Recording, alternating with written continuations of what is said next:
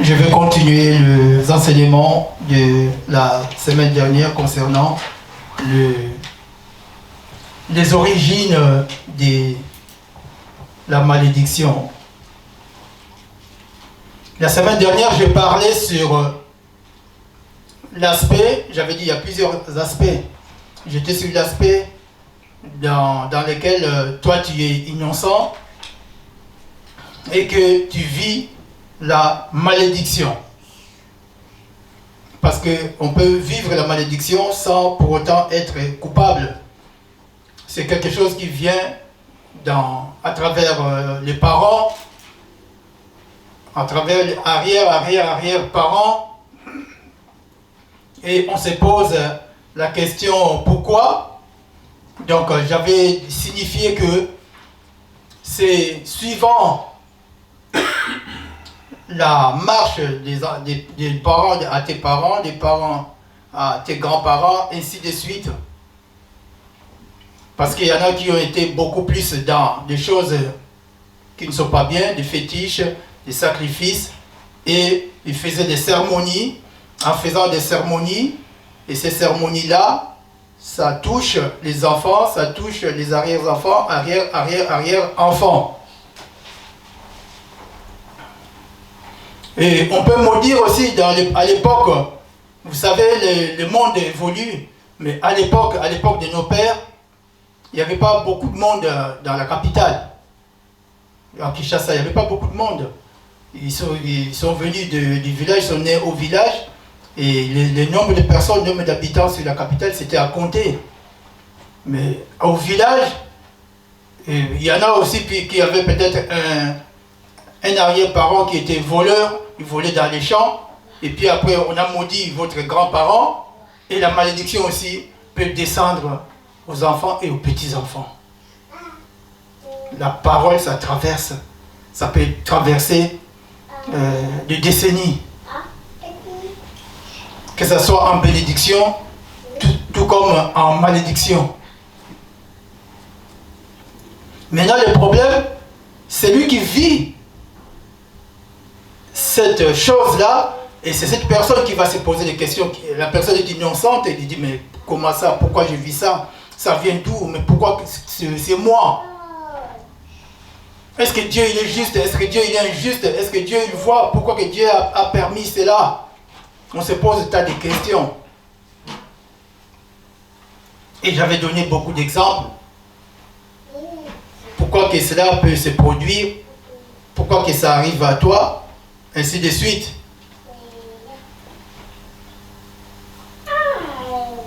Et très souvent, ceux qui souffrent de ce genre de choses, c'est les innocents.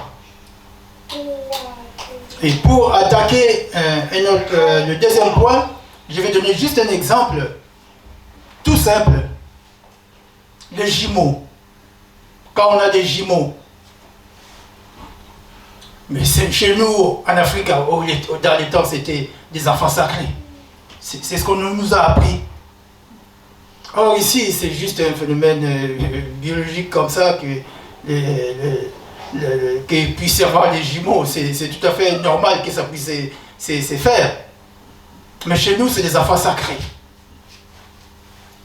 Et chez nous, les Bakongo, les jumeaux, donc c'est deux, ou soit deux filles ou deux garçons, ou un garçon, une fille, peu importe, mais c'est deux enfants à la fois. Il faut que ça soit, quand il s'agit de jumeaux, il faut absolument que ces enfants s'appellent Nsimba et Nzuzi. Donc Nsimba c'est le plus âgé, Nzuzi c'est plus âgé. Bon, celui qui est sorti en premier c'est Nsimba, celui qui sort en deuxième position c'est Nzuzi. Ça c'est en Kikongo chez moi. Et si tu vas chez Maman Dali de Basagata, c'est Mbo Mpia. Il faut que ça soit comme ça, hein. Mbo Mpia. Tu vas chez les Baluba, Mboui Nkankou. Tu vas chez les Bouza, c'est Mangongo et Mabosso, c'est pas quelque chose comme ça. Il faut que ça soit comme ça. Mais, pour porter, moi-même je vous dis ça, ma mère a fait des jumeaux 3 fois. Je sais ce que j'ose de dire. Pour porter un bébé jumeau, il faut qu'on puisse... Il y a une assiette là, qui est à côté, avec de l'argile blanche. Alors on prend, on met les doigts là-dedans, et puis après on te fait des trémas sur le visage, parce que tu ne peux pas les porter comme ça, c'est des enfants sacrés. Et il y a des cérémonies. Il y en a qui ramènent de la boisson traditionnelle et tout ça, pour essayer d'asperger dans les coins de la maison, et ainsi de suite. Et il va y avoir aussi quelqu'un qui est un charlatan qui va venir. Vous avez de la chance, des enfants comme ça, il faut que je fasse un suivi et tout ça. Il ramène encore des gris-gris, des choses comme ça pour faire des cérémonies. Et tous les jours, il faut chanter des chansons sacrées, ainsi de suite. Tu vois, des chansons un peu bizarres. Et aussi, la maman qui fait des jumeaux est censée de dire que des grossièretés. Devant les enfants, devant tout le monde, parce que c'est elle qui a fait des jumeaux, de dire des grossièretés. Et tu vas voir les gens qui vont venir visiter les enfants, dès que la personne franchit la porte de votre concession, il commence déjà à propulser des grossièretés, parce qu'il va venir vous visiter des jumeaux. Mais c'est que tout ce que nous disons, on éduque les enfants, non? C'est dès l'âge de berceau que l'éducation commence. N'oublie pas que la voix, la chanson que tu vas bercer ton enfant avec, il va grandir avec. Amen. Maintenant, moi je dis la personne qui va ramener ces choses-là pour dire que les enfants sont sacrés, alors il faudra qu'on fasse ceci, il faudra qu'on fasse cela. Mais la personne peut ramener des malédictions chez les enfants aussi. Les parents tout en état dans l'ignorance, parce que c'est la coutume qui dit ça. Et les enfants des bébés qui sont des innocents, ils ne savent rien dans tout ça. Mais c'est quand ils vont grandir, et c'est là où ils vont voir des choses. Amen. Et nous, pour porter les bébés jumeaux, tout ça, il faut mettre ça. Il y a des fois, tu oublies, tu vas aller jouer au foot, et avec les deux trémas sur le visage. Mais c'est quoi ça? Oh, j'ai porté mes petits frères, je ne sais pas quoi. C'est des choses futiles et inutiles. Et on est rentré dans des choses qui vont aussi compliquer nos vies plus tard. Parce que pour prendre on avait un locataire qui avait des jumeaux aussi. Chez eux, c'était carrément, on va te mettre des raffias, des choses comme ça dans le corps, parce que tu vas porter les jumeaux. Et nous, on était tout gamins, le plaisir de porter les enfants, on accepte. Amen. Ces choses-là ramènent loin, mais c'est plus tard, quand on va chercher à pouvoir s'en sortir, mais on ne comprend pas, mais je ne comprends pas, mais qu'est-ce que c'est? Mais on a adhéré dans des choses pas possibles, on ne savait pas, on est dans l'ignorance. On nous oblige, nos parents sont obligés, nous les innocents, on est obligés, tout le monde est obligé de suivre ça, et aveuglément, d'une manière insignifiante. On ne connaît même pas la signification, d'où ça vient. Si tu demandes à mon père, il n'est plus là, d'où ça vient? Au moins, si je ne sais pas, c'est mes parents qui me l'ont dit. Mais la personne qui a inventé ça, il sait pourquoi il l'a inventé. Il sait pour créer quelque chose. Oh, des enfants, c'est des enfants sacrés. J'ai des amis qui sont des jumeaux, ils ne sont pas sacrés. Il y en a qui n'ont pas de papier, il y en a qui ont des problèmes par-ci, par-là. Quand on est sacré à vie, non? C'est pas ça? On est sacré à la naissance et puis après le reste de la vie, il n'y a plus rien.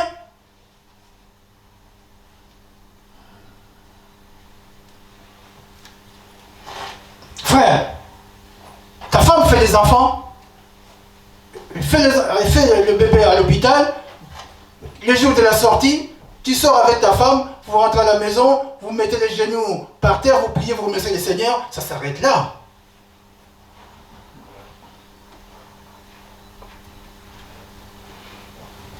Beaucoup croient qu'il y a la malédiction, quand la malédiction va venir, ça va te dire, ça va s'annoncer, c'est moi la malédiction qui est là. Non, frère, des pratiques comme ça, je vous dis, ça nous ramène dans plusieurs choses plus tard. Il y en a plein. Il y en a plein. Au jour d'aujourd'hui, il y a beaucoup d'enfants qui sont sacrifiés. Il y a beaucoup de familles qui sont sacrifiées juste à cause de ce genre de choses. Moi, dans ma famille aussi, on a ça, les choses là, la chose là qu'on dit, le kodia. C'est en français les mots m'échappent, mais c'est une potion, c'est une formule, c'est une potion, c'est une réglementation rigoureuse dans ça. Et si tu veux avoir l'argent, donc il y aura une cérémonie qu'on fait pour que tu puisses avoir l'argent et après on va te confier cette chose-là. Mais quand tu as ça, tu vas aussi liquider les enfants. Tu vas faire aussi des cérémonies. Et il y en a qui ont ça, ils font des enfants avec les nièces, des cousines, et c'est gardé top secret. Silence radio. Amen. C'est des malédictions tout ça. Les enfants qui vont naître, c'est des innocents, et le secret est caché. Son papa, c'est un cousin, c'est un oncle quelconque, parce qu'il a l'argent, parce qu'il a, comment dire, ce système-là. Mais c'est lui qui fait tout dans la famille. Mais vous ne savez pas que vous êtes en train de créer des problèmes par-ci, problèmes par-là. Et toi, tout en sachant que tu as grandi, tu veux te marier avec une femme, un homme, devant toi, il y a des combats, tu ne sais pas.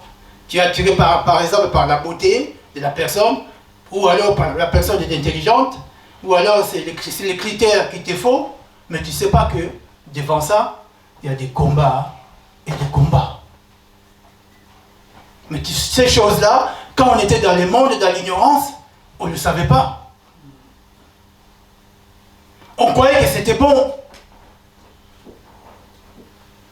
Mais aujourd'hui, il y a même des choses qu'on regrette, et si j'aurais su, j'allais pas le faire.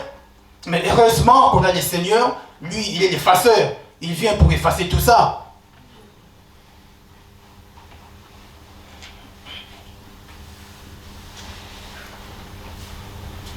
C'est pour cela que Dieu, Jésus, quand il est venu, il a dit, pas de bougie, pas de fiole quelque part, pas de choses bizarres, c'est ton cœur, c'est tout.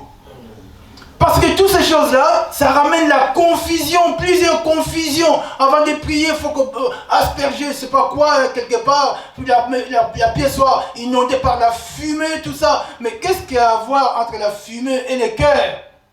Il n'y a pas de rapport. Tu peux mettre du fumée noire, fumée rouge, fumée blanche, fumée orange, tout ce que tu veux, mais si quelqu'un, tu as injurié quelqu'un, la personne est fâchée, la personne t'attend quand tu vas finir. Quand tu vas sortir, il y aura la bagarre, mon frère. Amen.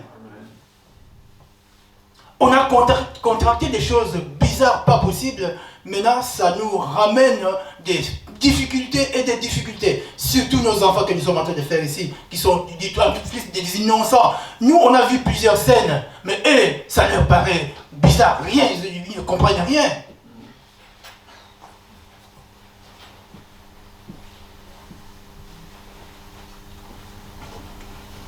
Ça, c'est l'homme. Tout ça pour chercher le pouvoir et la richesse. L'homme a créé la coutume, les rites, traditions, des choses hyper compliquées. Mais ces choses-là, ça engendre la malédiction par derrière. Amen.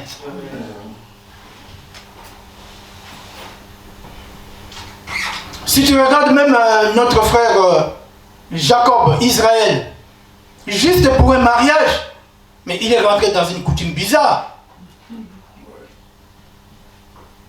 Oh, chez moi, chez nous, tu veux une femme, alors je t'ai donné Léa, mais je n'avais pas.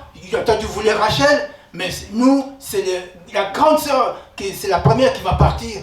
Mais le destin, ce n'est pas les parents qui donnent le destin, c'est Dieu. Si la personne veut la petite sœur, libère la petite sœur, mais maintenant c'est là, à obliger à Jacob d'attendre encore 7 ans. Déjà, il a tapé 7 ans, où tu as vu pour demander la main, c'est 7 ans. Où tu as vu ça? Septennat. C'est une coutume bizarre. Le monsieur, il a eu chaud. Il a passé 7 ans. Et pour Rachel, 7 ans encore. 14 ans.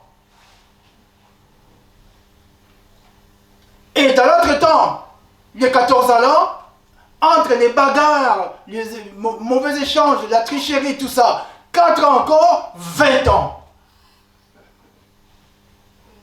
C'est bizarre. À peu près 20 ans. Les mariages, qu'est-ce qu'il y a vu d'un mariage qui fait 20 ans? 20 ans de fête? Non. C'était 20 ans de conflits, des bagarres, des échanges, en colère, les deux personnes. Et Jacob, pour partir de là, il a fui avec ses 2 femmes et les enfants. Vous voyez les signes d'une mauvaise chose. Il a eu de la chance parce que Dieu l'a épargné après. Mais là, Jacob, à partir de là, il a eu la malédiction. Se séparer avec un bon parent à mauvais terme, c'est une malédiction. Mais Dieu l'a visité, Dieu a fait quelque chose, c'est pour cela que Dieu a effacé cela. Amen. Mais autrement, Jacob, il n'était pas en bon terme avec son beau-père. Et pourtant, le pauvre, il a supporté.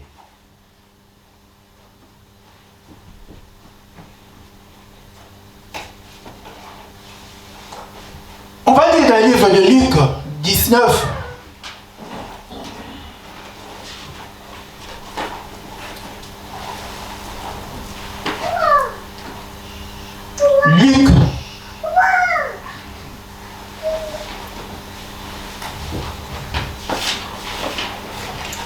Luc 19, 44.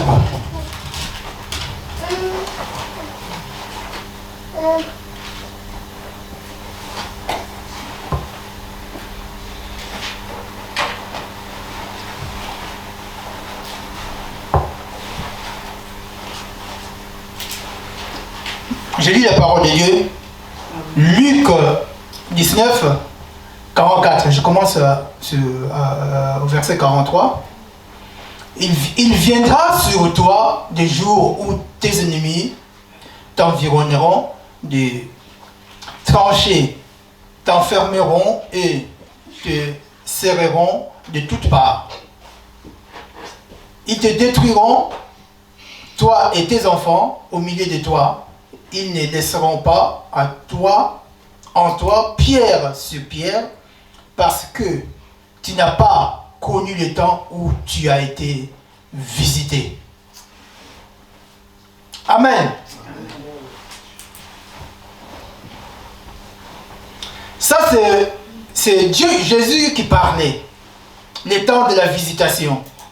C'est important que tu puisses comprendre que là, c'est Jésus qui me visite. Hier, c'est Jésus qui m'a visité. Maintenant, quand Jésus te visite, qu'est-ce que tu vas faire? C'est là où Jésus est en train de parler. Parce que si tu n'as pas compris les temps de cette visitation, ils vont te détruire, toi et tes enfants.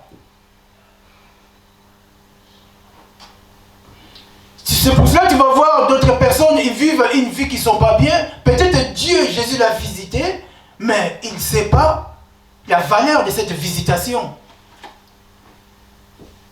Là, c'est Jésus qui dit, toi tu seras détruit et tes enfants. Pourquoi les enfants? Parce que ce que tu vas faire, ça ne sera pas bien. Comme le lieu de sang est là, ça peut aller aussi vers les enfants, malheureusement.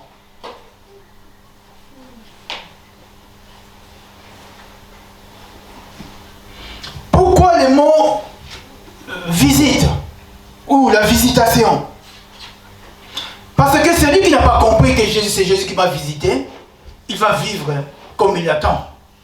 Il va faire des choses comme il l'attend, sans pouvoir contacter Dieu. On sait tous quand l'homme ne contacte pas Dieu, les choses qu'il va faire, c'est des choses qui ne sont pas bien.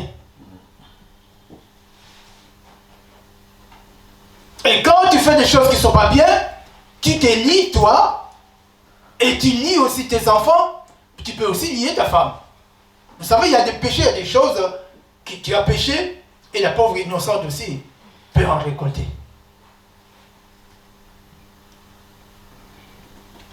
On connaît l'histoire de Akan.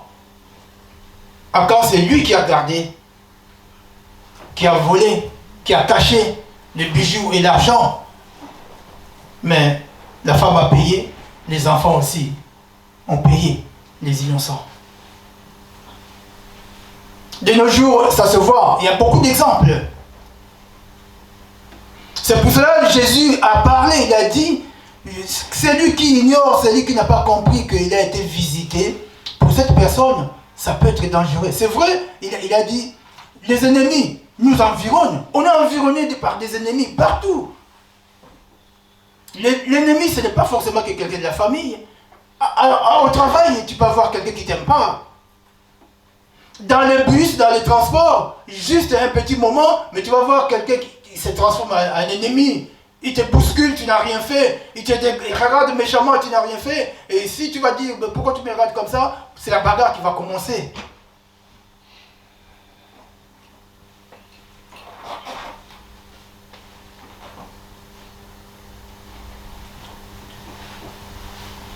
Ça, c'est dans le cadre de l'apparence et de la réalité.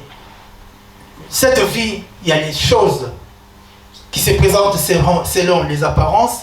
Il y a aussi la réalité des choses. Maintenant, c'est à nous de pouvoir avoir cette intelligence, de comprendre cette apparence-là, ça veut dire quoi, et la réalité que je suis en train de vivre, ça veut dire quoi. Il y a certaines réalités qui sont bien, il y a certaines réalités qui ne sont pas bien. Maintenant, c'est là où il y a des problèmes, quand c'est bien, même si c'est faux, l'homme est content. Surtout s'il y a l'argent, il y a tout ce qu'il veut, même si c'est pas bon, l'homme il est content. Mais quand on vit une réalité, on n'a rien, c'est là où ça travaille en soi-même, on se pose des questions, pourquoi c'est ainsi? Est-ce que c'est une malédiction? Est-ce que c'est... Qu'est-ce que je fais? Quel est le mal que je fais?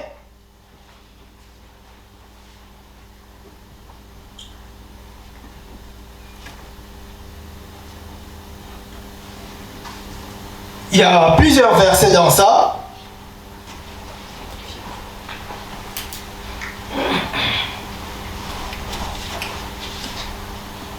Pour finir dans l'exemple quand on est innocent, je vais lire l'histoire de Samuel. 1 Samuel 28.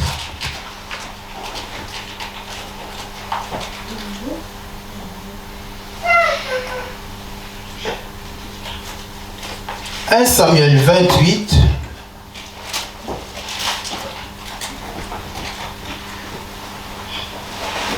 « 1 Samuel 28, 8.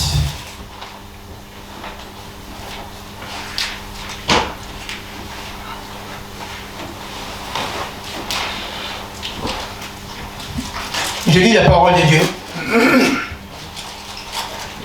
1 Samuel 28, 8. Alors Saul se déguisa et prit d'autres vêtements. Et il partit avec 2 hommes. Ils arrivèrent de nuit chez la femme.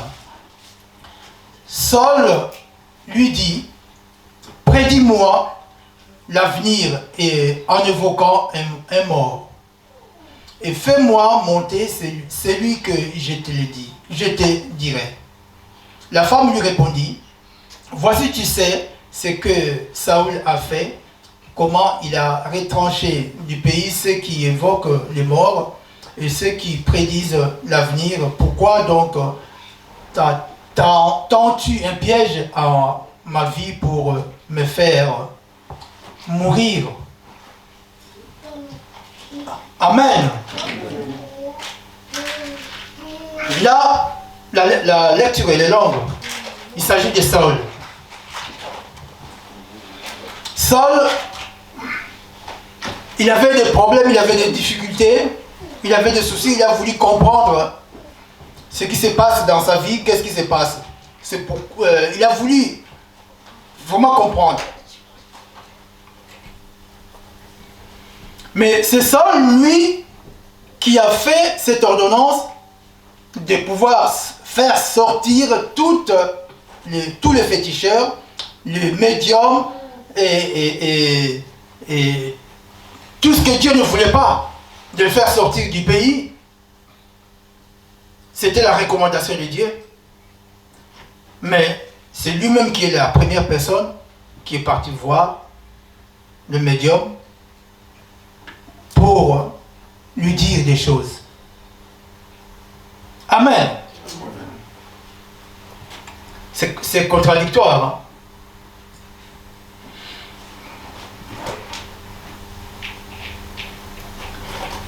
Alors, cette histoire, c'est troublant aussi.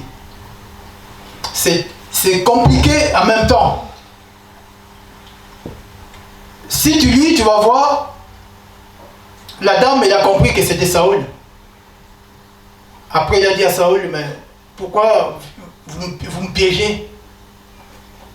Mais Saül était vrai dans ce qu'il voulait. Mais ce qu'il a fait, c'est pas bon. Mais il voulait absolument une solution. Tu vois un peu l'attitude de l'homme quand on veut avoir quelque chose, et c'est ce que faisaient nos arrière-parents, parce qu'il était chef du village, parce qu'il voulait un titre quelconque, il faisait aussi des choses, et ça engendrait plein de mauvaises choses après.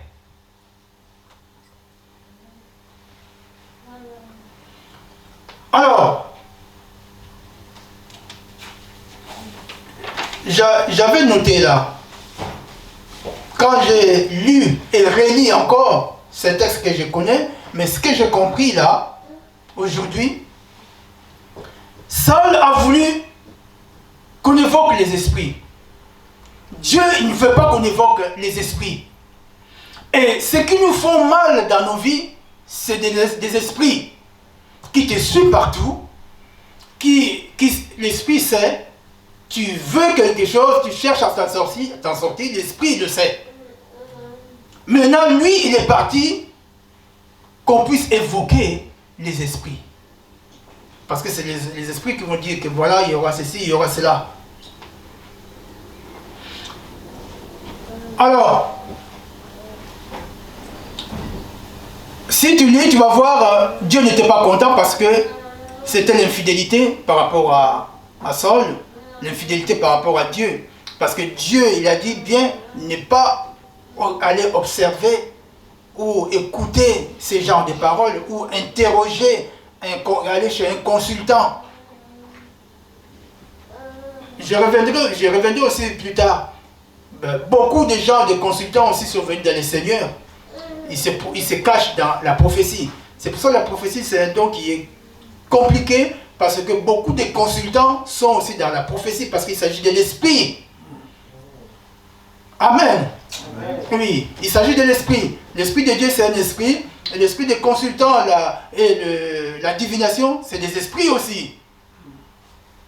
Alors, la Bible dit, si tu lis, tu vas voir, c'est l'image de Saül qui était apparue.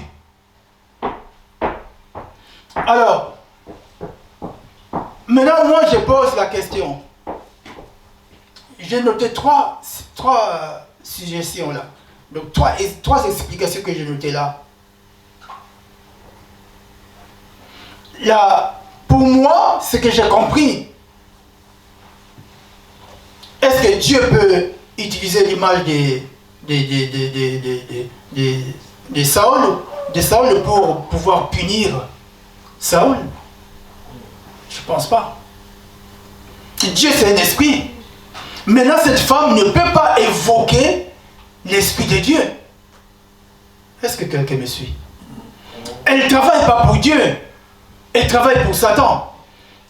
Donc, l'esprit qui a apparu, pour moi, c'est l'esprit de Satan qui a pris l'image de Saül pour nous parler. Parce que dans cette affaire, Dieu n'est pas là. Dieu n'a pas accompagné Saül pour pouvoir faire tout ce qu'ils ont fait. Parce que Satan peut prendre ton image, peut prendre ton visage pour aller le reproduire là-bas. Satan peut faire la reproduction. On sait tous, Satan, quand il a envoyé les anges, les enfants comment on appelle ça? Les anges pour faire les enfants avec les terrestres, quand ils ont eu des héros. Donc Satan aussi peut faire ce genre de choses. Et maintenant, comme Satan, il savait que Saul avait besoin de cela, c'est pour cela que Satan a fait a sorti l'image de Saul pour convaincre Saul. Maintenant, le problème, c'est quoi? Comme Saul est sorti du contexte de la protection de Dieu, et Saul peut engendrer aussi la malédiction par derrière sur ses enfants. D'où lui-même, il en est mort après. Dieu était très mécontent et c'était la suite de sa mort à cause de ça. Amen. Il faut faire attention à tout ce que nous sommes en train de faire.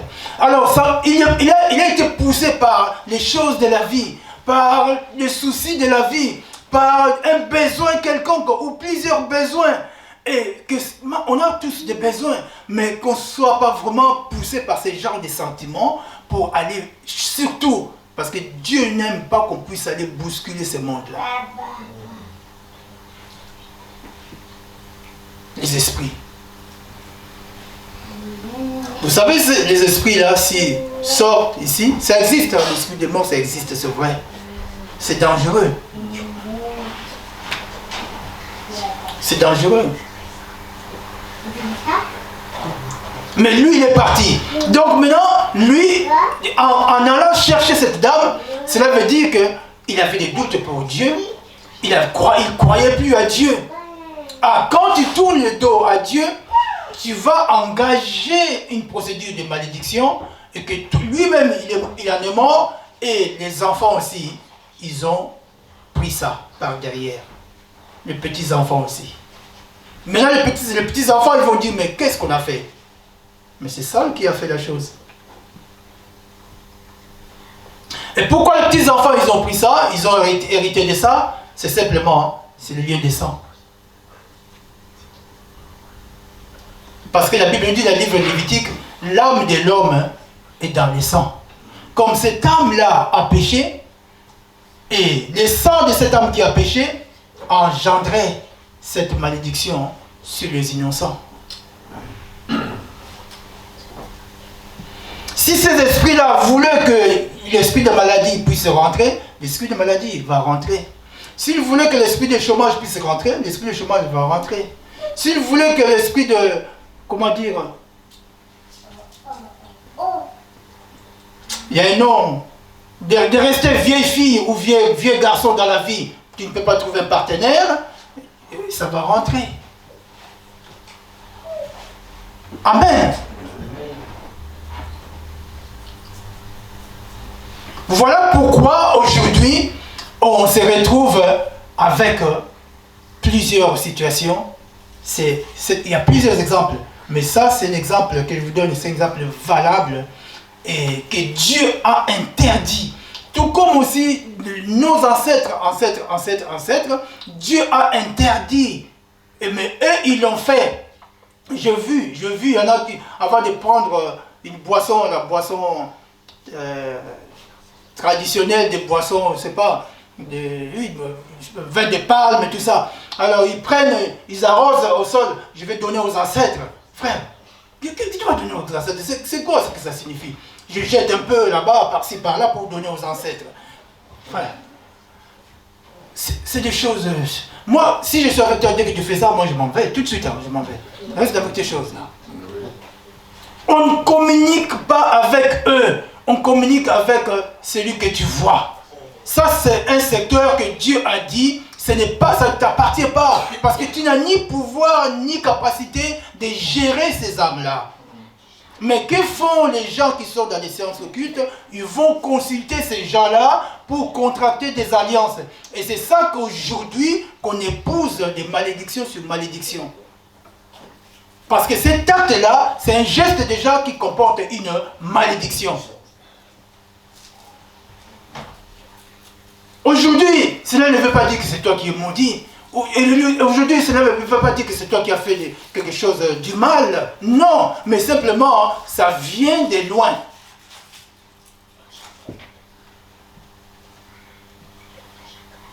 Amen. Amen. Regarde, la Bible dit, Saül, quand il partait là-bas, il s'est déguisé. Frère, pourquoi il s'est déguisé? Donc quelque part, sa conscience lui disait que ce qu'il fait, ce n'est pas bon. Tu vas aller acheter du chocolat chez le pâtissier, je ne sais pas, chez du pain, un croissant, et tu vas aller, tu fais la queue, tu attends, si tu es la cinquième personne, tu attends, tu ne te caches pas. Mais lui, s'il sait qu'il va aller acheter le croissant, pourquoi il se cache? Et c'est tout comme aussi ceux qui l'ont fait, nos parents, arrière-parents, ils ont fait ça en secret. Peut-être la nuit, peut-être à 3 h du matin, 4 h du matin, c'est ce genre de cérémonie.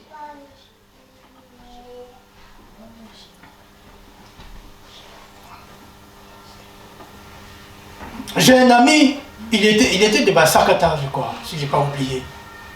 Il est parti en vacances chez eux. Le grand-père lui a dit, si tu veux aller derrière la nuit, derrière la maison, parce que les toilettes c'est souvent derrière, il faut sortir, aller derrière, pour aller te soulager, il faut me le dire. Et lui, il a pris ça à la légère. Un jour, il avait envie de se soulager, pendant la nuit, 2 h, 3 h du matin, il va derrière pour aller se soulager, il voit un lion. Il est rentré vite, il a couru. Et tout de suite, son grand-père est venu, il lui dit, où tu étais? Le lion, c'était lui. Ah oui, vraiment. Il va comprendre maintenant. Il va comprendre. Mais en tout ça, c'est les innocents qui payent. C'est pour ça que moi, je vous encourage de ne pas abandonner Dieu. J'ai commencé ces enseignements en disant, être en vie, c'est un risque. C'est un risque, c'est un danger, c'est un risque. Tu vas me dire, c'est quoi ces risques? Parce que nous sommes environnés des risques partout. Il y en a qui sortent pour... Il a besoin de sacrifier 10 innocents par jour. Et si ça tombe sur toi, tu pars. Mais si tu es dans la prière, tu es épargné. Amen. Amen. Il y en a, il va aller chercher ce qu'il a envie de chercher parce qu'il veut l'argent. Mais il dit, bon, il y a mon frère, il y a ma soeur qui a 9 enfants. Alors, il faut que je puisse sacrifier même 2 ou 3. Il fait ses projets par rapport aux enfants, à son frère, à sa soeur. Et quel est le mobile? C'est le lieu des sangs.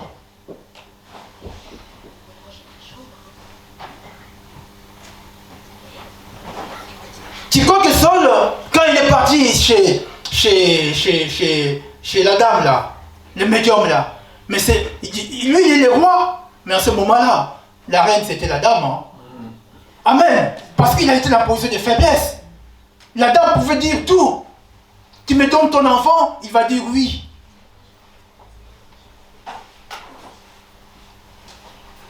Amen. Ce n'est pas pour rien, Dieu l'a dit. Quand vous venez à moi, il faut abandonner tout ce que vous avez comme force, comme appui, comme quelque chose que tu es attaché sur ça. Mais l'homme, je te dis, moi je connais des familles, ils sont attachés dans des fétiches. C'est vraiment quelque chose, ça descend. Donc la personne qui détient ça, quand il sent la mort venir, il faut qu'il cherche une autre personne pour léguer cette chose-là. Et ils y sont. Mais c'est une malédiction, ça. Parce qu'il n'oublie pas que dans la famille, c'est pas tout le monde qui accepte. Il y aura un jour quelqu'un qui va dire, mais moi je ne veux pas ça. Et quand il va chercher à comprendre, ils vont dire que mais, dans ta famille, il y a ça, il y a ça, il y a ça, qui est à la base de ce que tu es en train de vivre.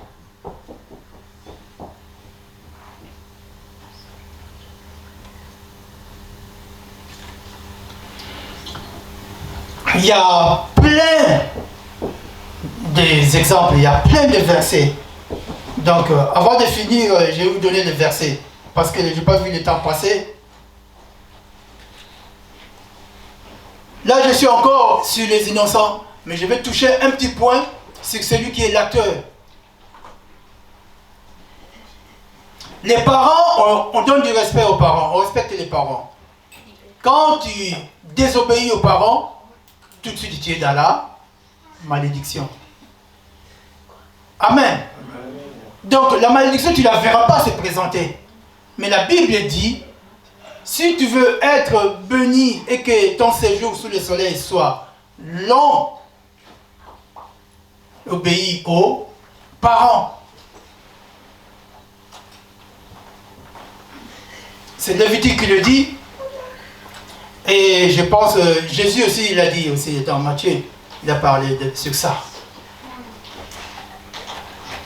Je vais donner un exemple. Une maman, une voisine qui était comme ma mère aussi, elle m'a dit une chose qui s'est passée. Elle me dit, Célé, il y a un cousin à mon mari, sa fille, elle n'écoute pas. Alors maintenant le papa, pour donner les conseils à son enfant, il dit, mais toi tu n'écoutes pas. Tous les efforts que j'ai fait beaucoup de dépenses, j'ai payé les écoles, des études, mais tu ne veux pas écouter. Pourquoi tu ne veux pas écouter? Tu me coûtes cher par rapport à tout ce que tu es en train de faire. Et un jour, la fille, elle vient, elle dit à son père, chaque fois tu me dis ça, chaque fois tu me dis que je coûte cher, chaque fois que tu me dis mais voilà, tu dépenses beaucoup sur moi, alors tu me donnes la facture.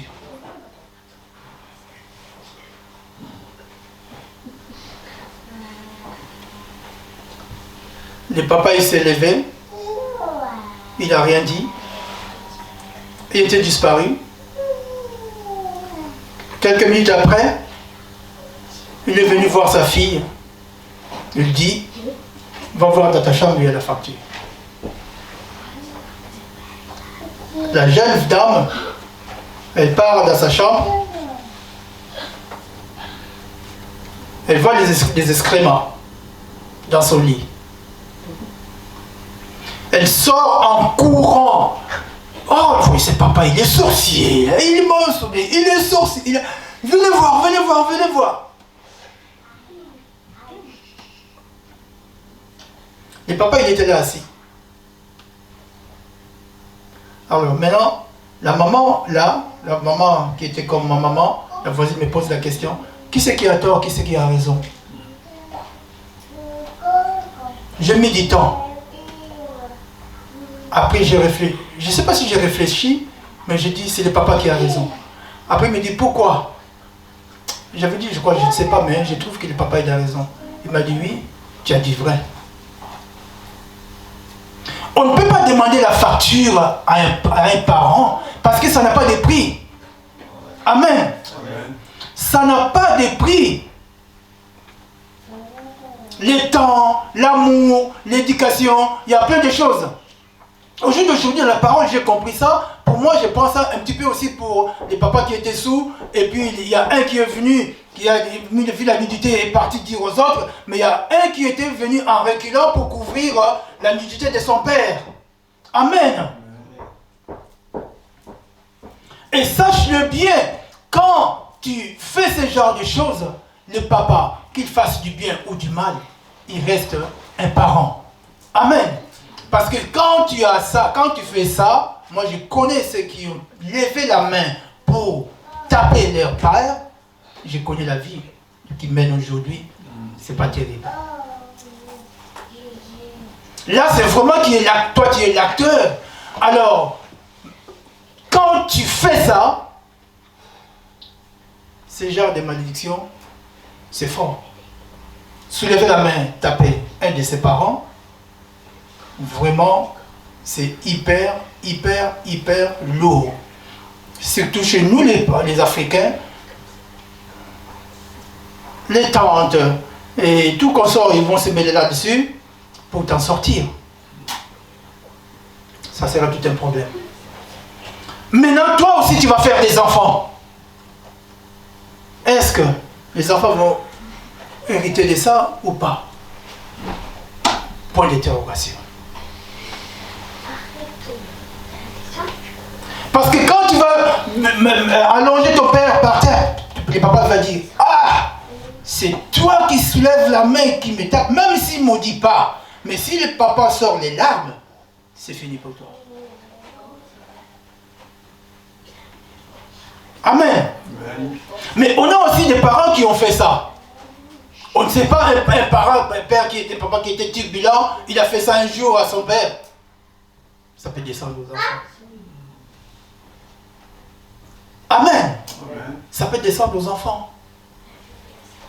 Les liens descendent. Nous on dit chaque fois, ah l'âme, l'âme, l'âme. Il y a plein de choses dans l'âme. Il y a plein de choses. On ne plaisante pas avec une âme. C'est pour cela que Dieu a interdit d'enlever une âme sous le soleil. Lui-même, il sait où il va mettre cette âme-là. Toi, tu veux éliminer un assassin, je ne sais pas qui. Tu vas le mettre où, cette âme-là?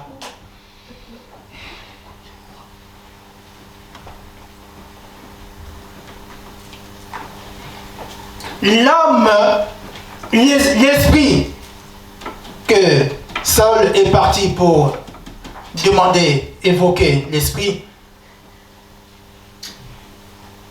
Quand on a les lieux de sang, la personne peut te contrôler, quelle que soit la distance. Si vous avez le même sang, la personne peut te contrôler. Peut venir même te visiter. S'il veut même tous les jours. S'il veut même voler un de tes vêtements, il va le voler, il part avec, après ça se retrouve en Afrique. J'ai prié pour des gens comme ça. Plusieurs fois. Il a rangé une chemise, il a rangé les chaussettes, là-bas ça ne se voit pas. Il part en Afrique, il retrouve ce qu'il cherchait. Physiquement comme ça. Une fois même, c'était moi, je l'ai acheté des choses, c'était perdu, il les a retrouvés en Afrique. Le lien de sang. Mais heureusement, nous avons l'antidote. On va apprendre l'antidote, qui est Jésus. Ça, c'est plus tard. Mais je veux juste vous faire comprendre un aspect. Parce que pour se battre, il faut connaître la position de l'ennemi. Amen. On est beaucoup dans la distraction, on est beaucoup dans des slogans, on est beaucoup dans des émotions, sans vraiment comprendre réellement d'où vient ce que je suis en train de subir. On subit plein de choses. On subit vraiment plein de choses.